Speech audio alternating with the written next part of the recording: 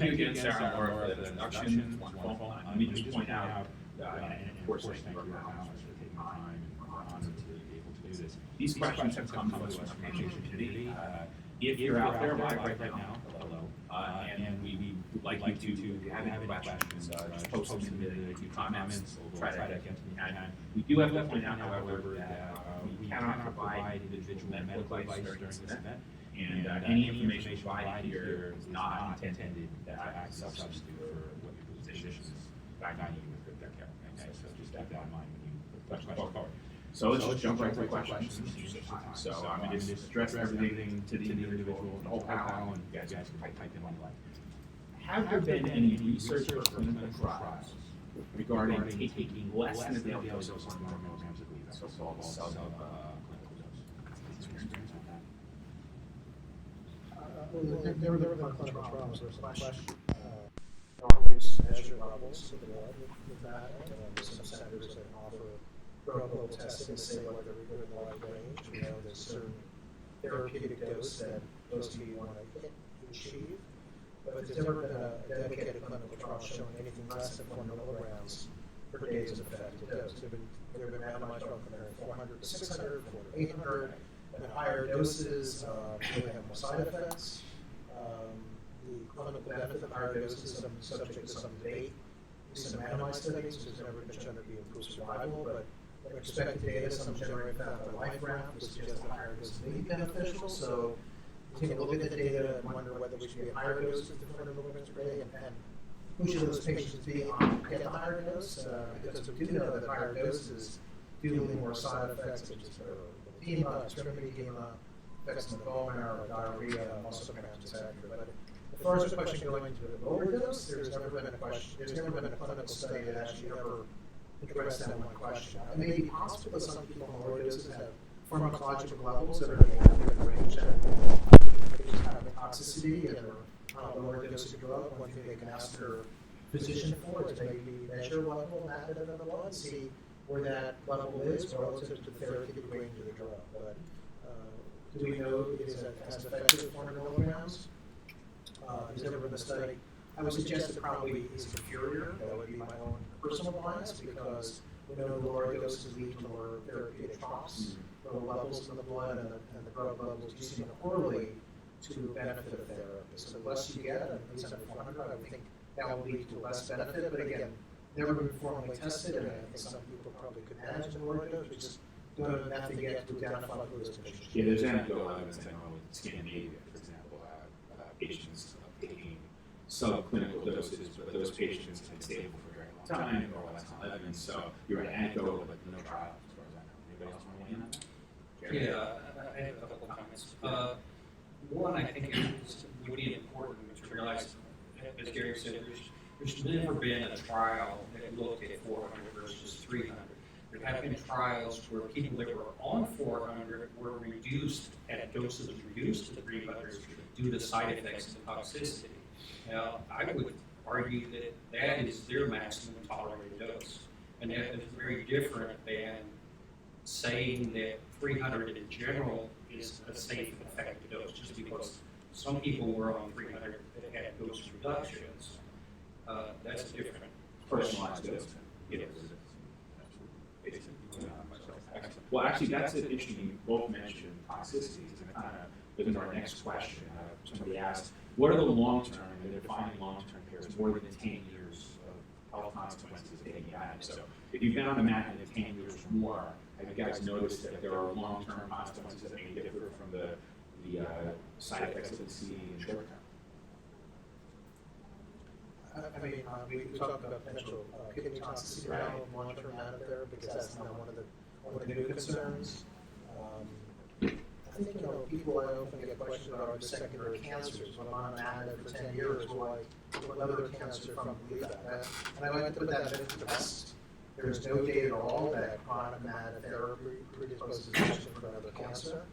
I think the only thing we worry about may be some underlying chronic renal disease. There's some data on imatinib may have an effect on cardiac function, but frankly, it's not a chronic effect, it's an acute effect if it exists at all. So I think imatinib, to its benefit, is a really safe drug. with long-term therapy, effective, long-term profoundly effective, with really a very narrow toxicity profile. And I think long-term therapy should not, is certainly allowable with limited chronic toxicity being a problem for the drug. I mean, I think I would add that really, it's always a matter of a risk-benefit ratio. We're deciding about how long to treat somebody and what drug to give them, and clearly the benefits of the drug significantly outweigh the risks, even over the long term. Yeah, that's the benefit cost analysis for sure. I mean, our registry has data about this. Well, we certainly have anecdotal reports of kidney issues over the long term. And I think that's recently even been reflected in the adequate prescribing information and how it appears there. So I think that's a concern. Now, I think to me it's fairly clear that Madeline is related part of it. What's not clear is, the repeat CT scans, how much is contrast related to all of that, or exactly what to do about it. I mean, certainly, doing things to maintain kidney health as much as you can certainly makes sense. Well, one of the other questions that a patient asked is actually that you elaborate on that, is give a synopsis of what's known about GIST, celiac, and chronic kidney disease, and the combined relationship treatment. So we already know, like you said, it's a complicated thing. There could be contrast, there could be age, there could be hydration levels, there could be lots of things. Is there anything else we want to add to that? I mean, the label has started to now talk about this, correct? Yes. Yeah. Is there anything else you guys want to just, I mean, that, we talk about long-term side effects, there are others possibly, but this is the one that I want to get to the focus on. So, any other comments on that? I think there's quite about minimizing contrast long term. I mean, we don't know how the issue of surveillance and contrast could actually have an impact on kidney function. Of course, as we get older, we have deterioration of kidney function. So it's quite multifactorial. How to dissect the additive effect from all these other comorbid issues that come up as you get older, getting imaging. It's a real complicated issue. Well, and most drugs don't have 10 years of continuous use to study on, and as more patients go into that, look at that. Probably adding more layer complexity as people get older, they want more drugs, hypertension, diabetes, and all these other factors. So it just doesn't have this back. So this is kind of another side I can talk about. This is not long term, but a lot of people are concerned about that. Okay, so this is a very specific question. Is there a relationship between the formation of calcification in the generalized calcification of the pulse nodes with celiac or GIST? I mean, tooth issues in general have been noted by a lot of patients. Do you guys note that in practice? So that might be something we're seeing and you're not seeing, so that's a story in itself. Yeah. Something's raised. I think that's actually we stuff seminars as psychologists.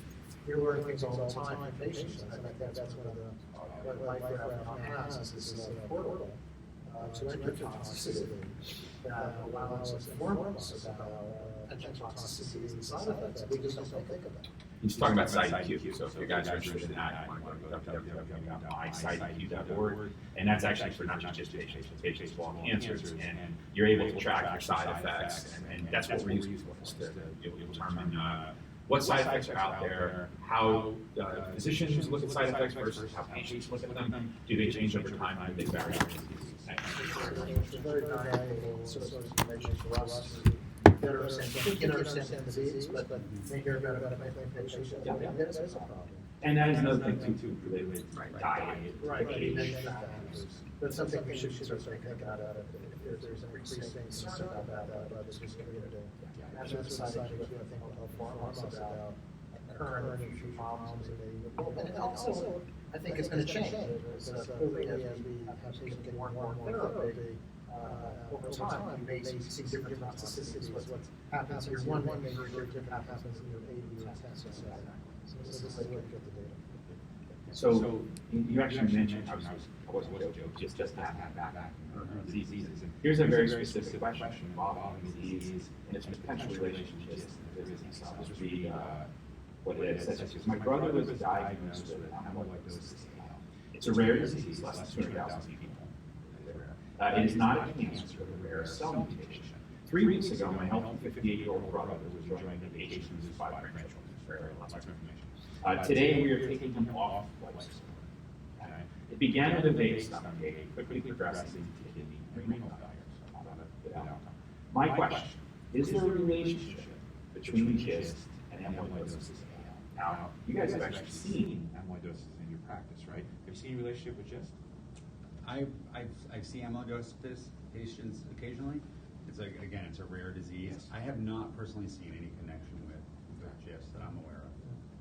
We have a very large amyloid population in Columbia, where I'm the chief of hemonc there. And I'll go back now that this is a great opportunity. Look at that, folks. We'll go back and ask our colleagues whether there may be an association. I can say I see all the GISTs at our center, and I don't think I've ever seen one with amyloid. So you say you have a large population. Is amyloid, and I'm not familiar with it, is amyloidosis tied to certain ethnic groups? Yeah, so it's associated with myeloma, fatal myeloma. Myeloma is due to accumulation of proteins in the urine. Yep. These called Benz-Jones proteins. Is a release of gamma globulins into the blood, into the urine. It's a plasma cell bone marrow disorder, and as a complication of myeloma, a population of patients get amyloid, which is a protein, and it gets deposited in the kidneys and in the heart. Oh. So as a complication of amyloid, either from myeloma or from amyloid of other causes, it can be more hereditary forms. They can get either kidney failure or heart failure. Amyloid impairs both kidney and heart function. The issue is how to remove amyloid from the blood. And actually at Columbia, we have an ongoing clinical study with the antibody that targets amyloid and pulls it out of the blood. And we've shown, and this is still ongoing clinical work, that these approaches, by removing amyloid, will improve kidney and heart function. This is how these patients awfully pass on. Kidney and renal failure. It's amyloid deposition in these major organs, and the kidneys fail and the heart fails. So can you actually reduce amyloid? And this is a major goal of a whole group of new clinical trials. So if patients have that problem, they go to our Columbia website, and we can provide information about amyloid studies and ways to potentially address this. Let's just point out, not only do we have GIST experts, we have experts in all kinds of diseases on the panel, so that's good to know. So this one, I'm going to give to you first, okay. Jason, you're the surgeon. What is resection, when is resection of a recurring local metastatic GIST recommended? So, oftentimes resection comes into play when somebody's got metastatic disease, when they've got stable disease. Typically when we want to think about the potential, for an operation. In general, that being, on treatment with imatinib or some other TKI. In terms of beyond the patients that have stable disease, those that have progressive disease, it really becomes a patient-by-patient decision in those kind of situations. I mean, in general, if somebody might have one-sided multifocal or one-sided disease that's progressing and maybe all their other disease is stable due to heterogeneity, we might consider resection in those kind of scenarios when it's technically removable and we think it's safe and we think that we can get all the disease out. It never makes sense to go after trying to just debulk some of the disease and leave some of the disease behind, unless there's some acute problem, being somebody's bleeding or obstructed or their bowels have perforated. In general, we don't think about operating on people that have multifocal progression, meaning that multiple sites of disease are growing with rare circumstances. And if you look at the data, there was data published by the Sloan Kettering group in collaboration with the Dana-Farber group, and it's pretty clear that the outcomes are much better in terms of survival and disease recurrence rates if you operate on patients that have stable disease, as opposed to unifocal progression, as opposed to multifocal progression. So that would be sort of the order I would sort of recommend in terms of when we're thinking about doing an operation. Makes sense. You guys want to add anything to that? I agree that you want to try to remove sites of metastasis before secondary mutations develop. And I think resections, as Dr. Siklich is mentioning, is certainly the way to go. Okay. I think what I would add to that is that it's important for each patient to be have their therapy individualized. In other words, not everybody's going to be a good candidate, and the best way to do that is to go see an expert GIST surgeon. To have that individual look at your situation and see if you're a good candidate for that. Yeah, everything's personal. Yeah, absolutely. One treatment does not fit all. That's for sure. This one's more general. So, a patient who's had surgery, and I'm going to assume they had a good, clear resection here. How long should they stay on Gleevec? Could it be a lifetime? And I'm going to add the qualifier that for metastatic patients, we kind of already know that those patients should be staying on the drug as long as they possibly can. But what about adjuvant patients? The single tumor adjuvant patients. How do you guys approach that? What do you think about stopping after 3 years, stopping after 5 years, stopping in general? And we all have our different approaches. I mean, there are now randomized studies of 1 versus none, and 1 year is better than none, and then 3 versus 1, and 3 is better than 1. And you look at the patient who stopped at 3, there's still pretty much of a drop-off. Yeah. So the Hecky-Unsu study. So yes. Gleevec, even in the adjuvant setting, and what is Gleevec doing? Is it killing the cancer cell? Is it just suppressing microscopic residual disease? So some people are absolutely cured. We know that.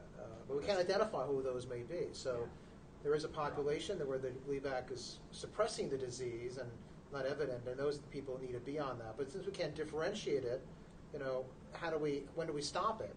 And that's really a problem now. At 3 years, we don't have a lot of data. 5 years, there's one non-randomized study that seems to indicate there was a study, a 5-year study, but non compared to historical data, and again suggested a benefit. There is a randomized study going on in the UK during 3 to 5 years. We should have that soon.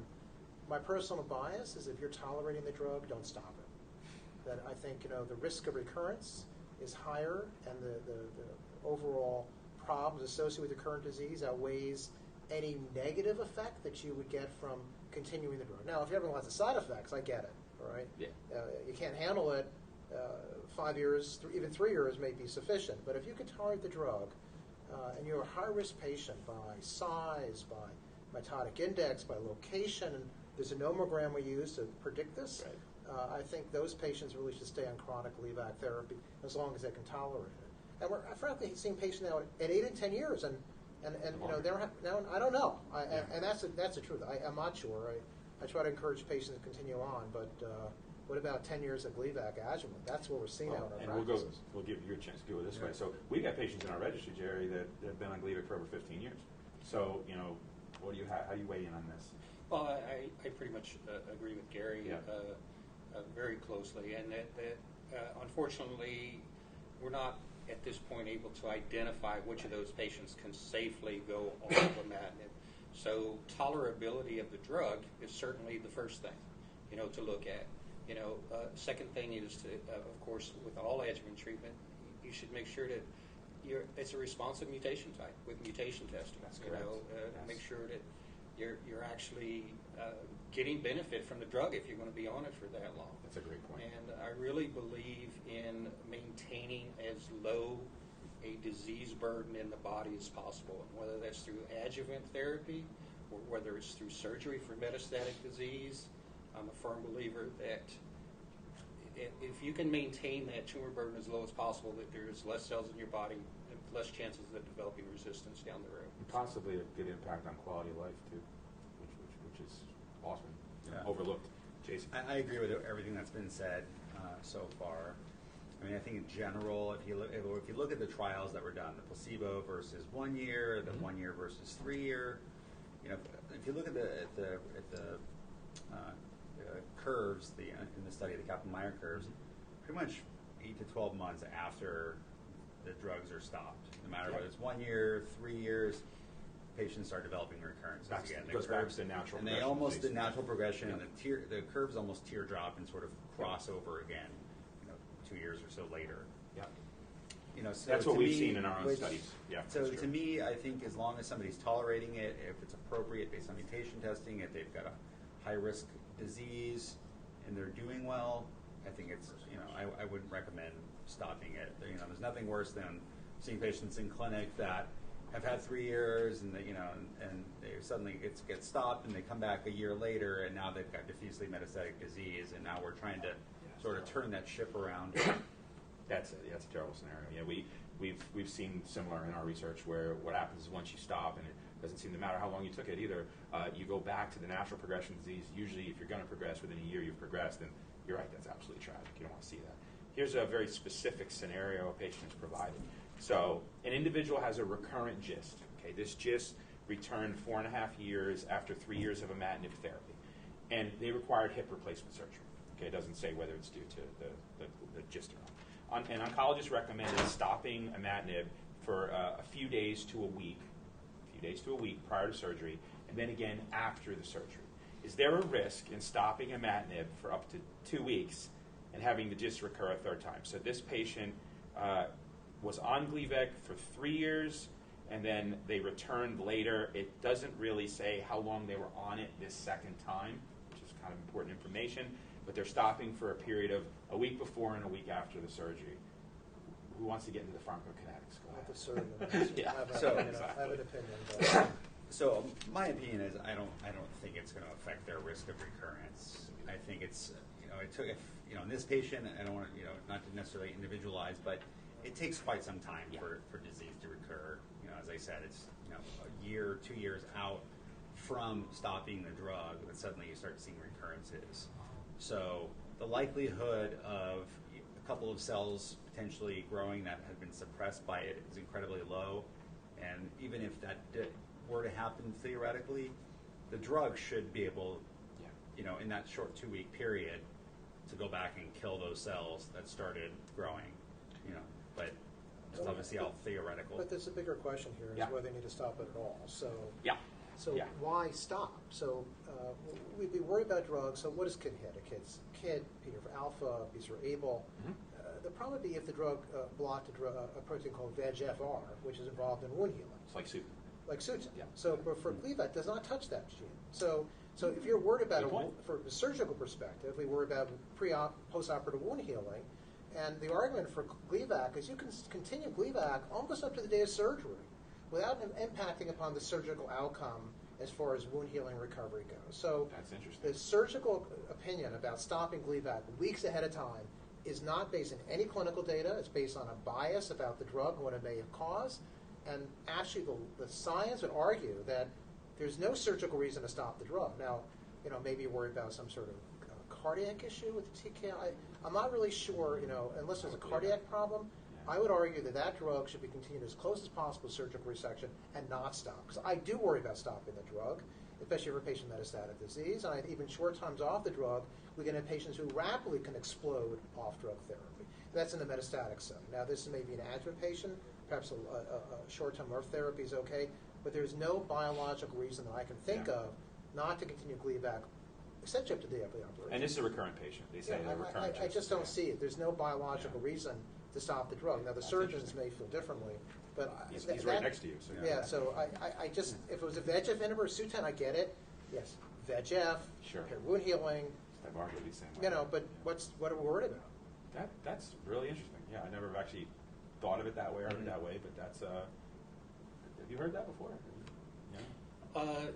Yeah, I mean, I've heard. I think there is rationale for stopping Sutent and regorafenib a little before surgery, and so I think it's important to differentiate those two drugs from imatinib. Right. And the protocols that I have heard from imatinib are basically, continue on the drug up until surgery, and then as soon as you can take food or something like that after surgery, then you get back on the imatinib, and I don't see a reason to. We don't know who this patient's physician is, but this may be an example of why it's so important to go to a GIST specialist, because this is the kind of information a GIST specialist has that a standard physician is not going to have. They're just going to go, well, the protocol in my hospital is to stop.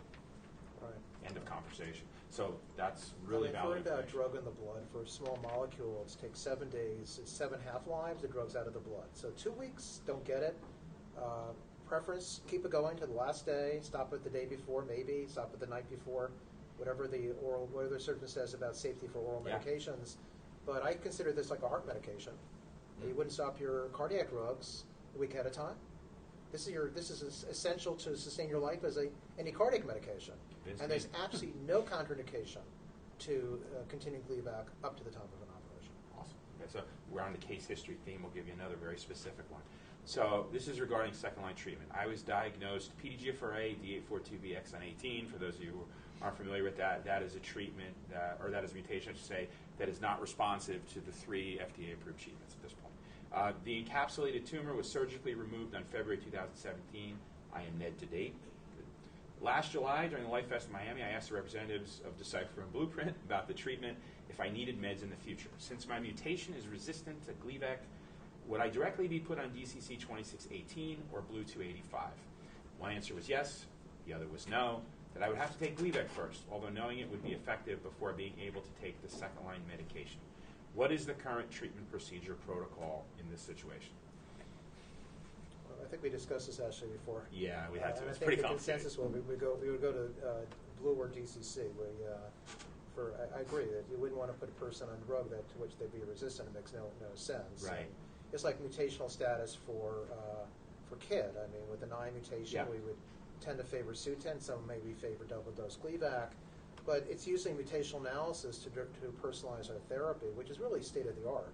And let me add some full disclosure. We've actually spoken, not about this question, but we've spoken to Blueprint and Decipher in the past.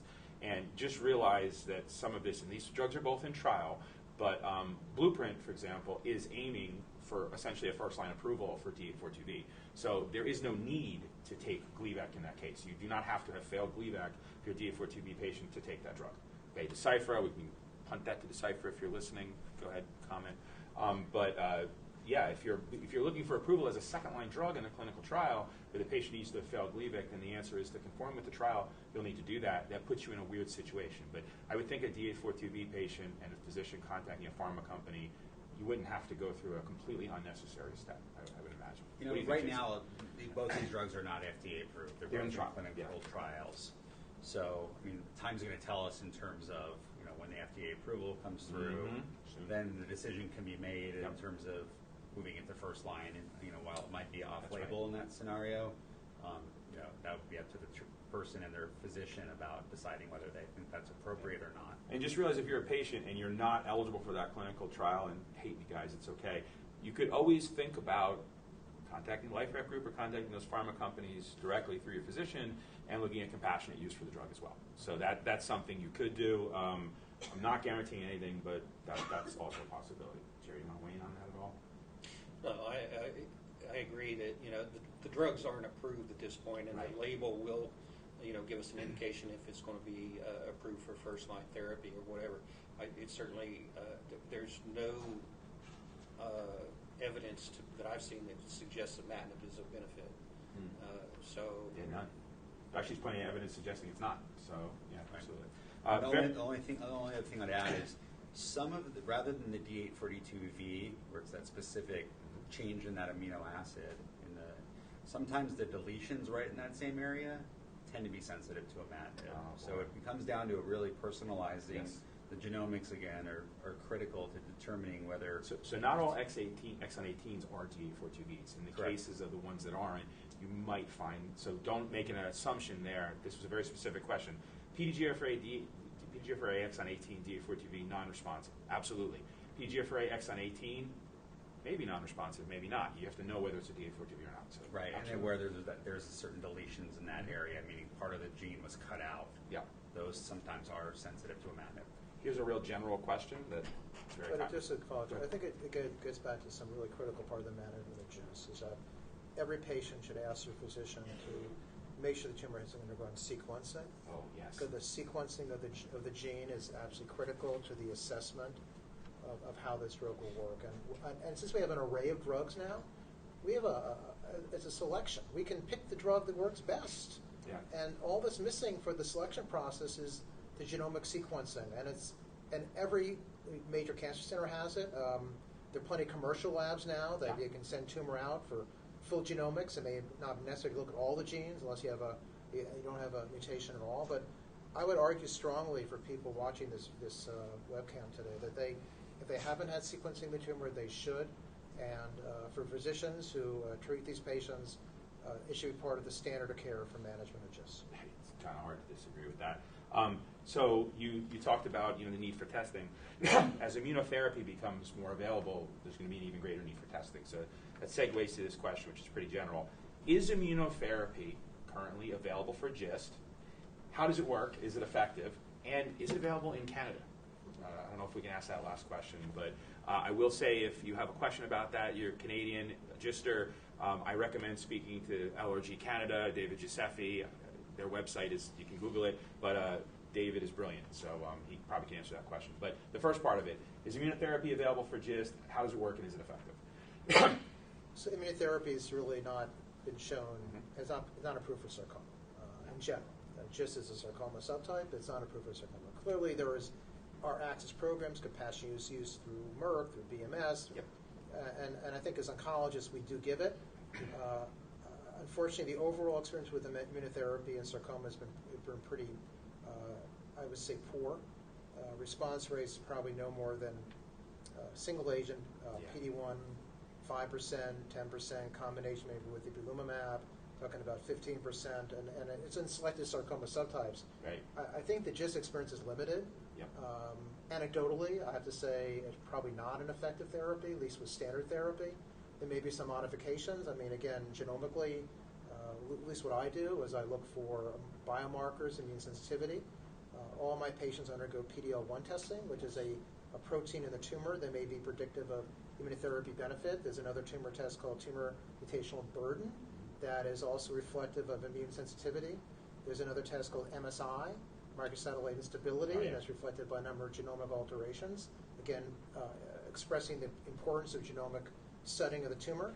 If a sarcoma, a GIST or other, is positive on that, and that is a therapy to be considered, I think there's an increased benefit to immunotherapy in that setting. In the absence of those biomarkers, on a personal note, in the clinical trial part, I frankly have not seen much benefit. And unfortunately, those biomarkers, the TMB, the PD-L1, and the MSI tends to be low overall. But if you're a GIST patient who has any of those, and you're considering immunotherapy, it would be absolutely an appropriate consideration. Yeah. Now, Jason's done some work in combinations, and I'm going to refer to him about his own experience. So I totally agree with you. You know, in terms of all the patients, you know, I do the same thing. I do the sequencing, I do the PD-L1 immunohistochemistry, as well as the tumor mutation burden testing. Of all the patients we've sequenced in our facility, I've only seen one patient ever being positive for PD-L1. And I've only seen one patient that had an intermediate tumor mutation burden, which might predict a slightly higher response rate to immunotherapy. You may want to point out that in immunotherapy, I know high tumor burden sounds really bad, but high tumor burdens are predictors of response to immunotherapy. Right. So it's basically the number of mutations per megabase within the genome. Things like melanomas, lung cancers, bladder cancers tend to have higher tumor mutation burdens, and perhaps that's one of the reasons why these immunotherapy drugs work better for those patients.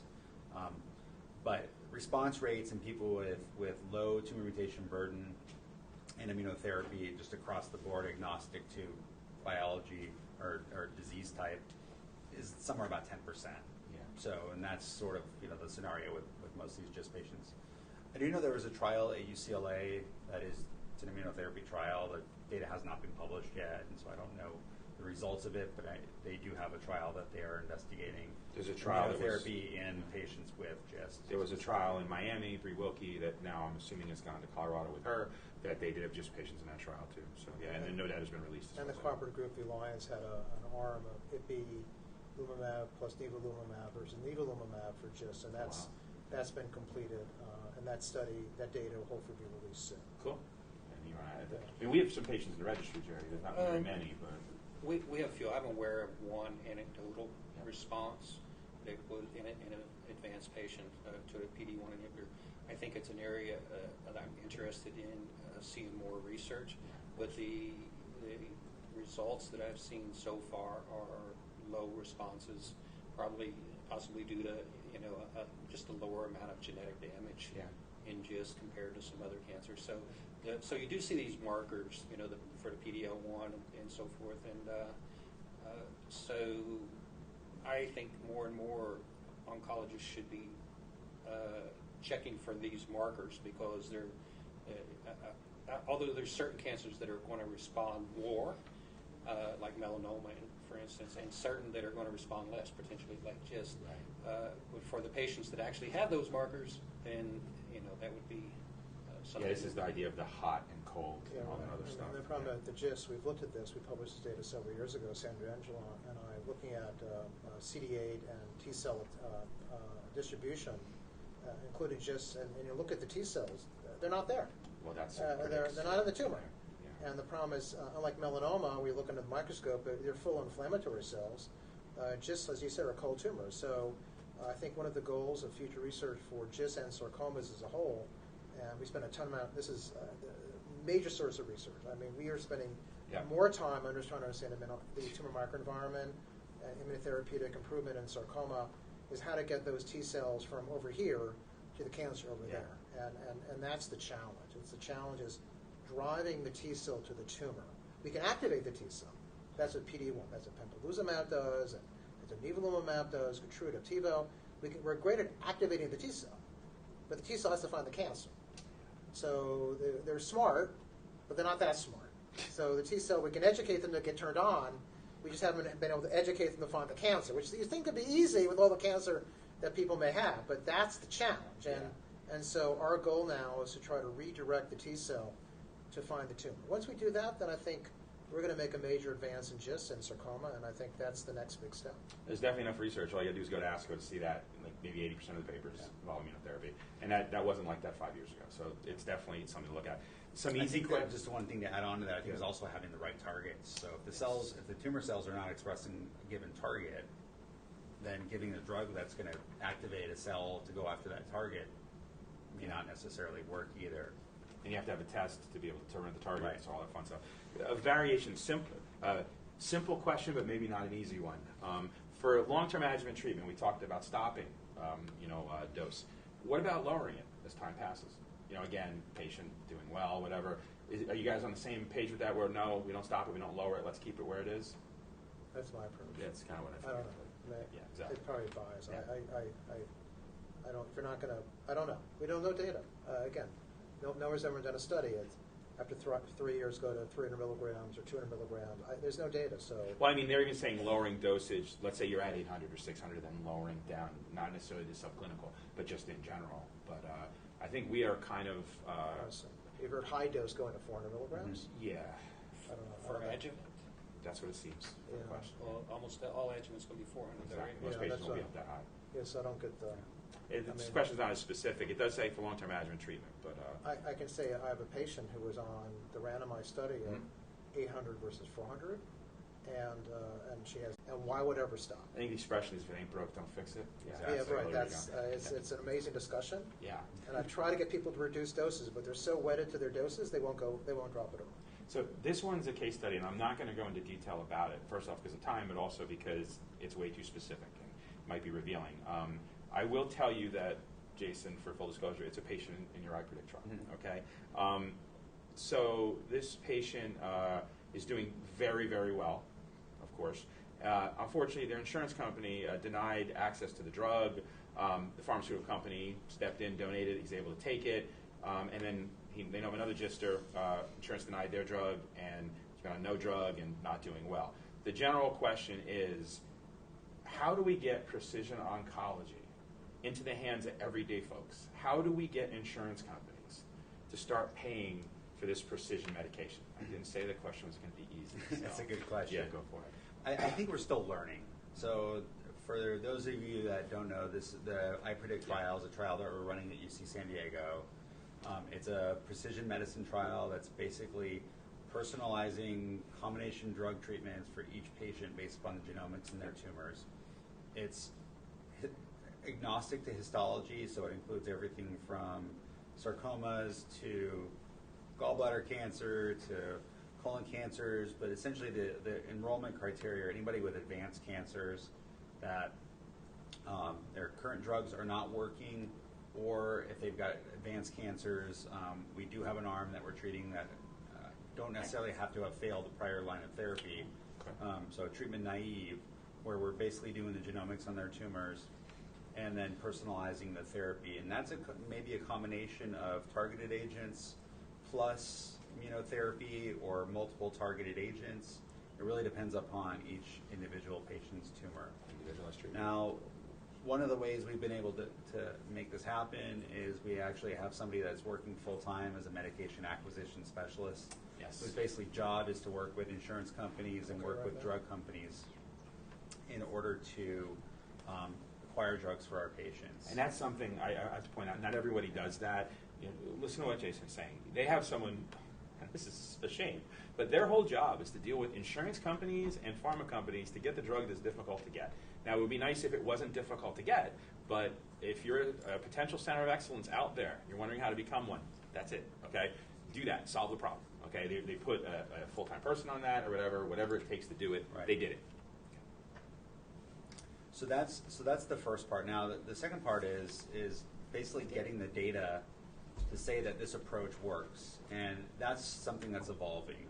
We just published a paper in Nature Medicine 2 weeks ago with the first cohort of patients that we treated on the iPredict trial, basically showing that if we target more of the patient's alterations in their tumor, patients do better than if we target fewer. This is still something that's evolving. We're still learning from it. There's a lot more research to do on that, and so, as time goes on, as more studies are done, this may or may not diffuse out, to other centers as we get more data of how to properly do this. Well, I'll just point out 2 weeks ago that data went. So this is the beauty of YouTube, is that you're hearing about it now, not 8 months from now when it's presented somewhere. So that's a very good thing. You guys want to weigh in on that one as well? I think as far as the insurance companies go, it is a challenge. Some insurance companies don't pay for sequencing. Yeah. I think, especially full sequencing, there are different panels. There's Foundation One, there's MSKC's Impact, Columbia Cancer Center, have 400 genes, and so who's going to pay for that? Who's going to pay for that? Challenge at Columbia, we have a system of covering costs, but not everybody has that. Right. But I think for rare cancers, I would argue everybody with rare cancer should have genomic sequencing done. I don't think every tumor needs it, but for sarcoma, I think we can develop new therapeutic approaches, and we can use the genomics to reclassify tumors. And I think there'll be more and more data on this. It's absolutely an essential part of the treatment plan. I know how you feel about insurance, Jerry. we could do an entire YouTube live about that, but we can't. I think certainly mutational testing and sequencing have they make economic sense. They make sense for the patient as far as getting them on the right treatment while they're still healthy enough to benefit. I'm a huge fan. You can't treat it if you don't know what you're treating. That sounds like a t-shirt. That's good. Yeah, that's true. Right. The one thing I'd add, the hard part is sort of from what Jerry said is doing it early.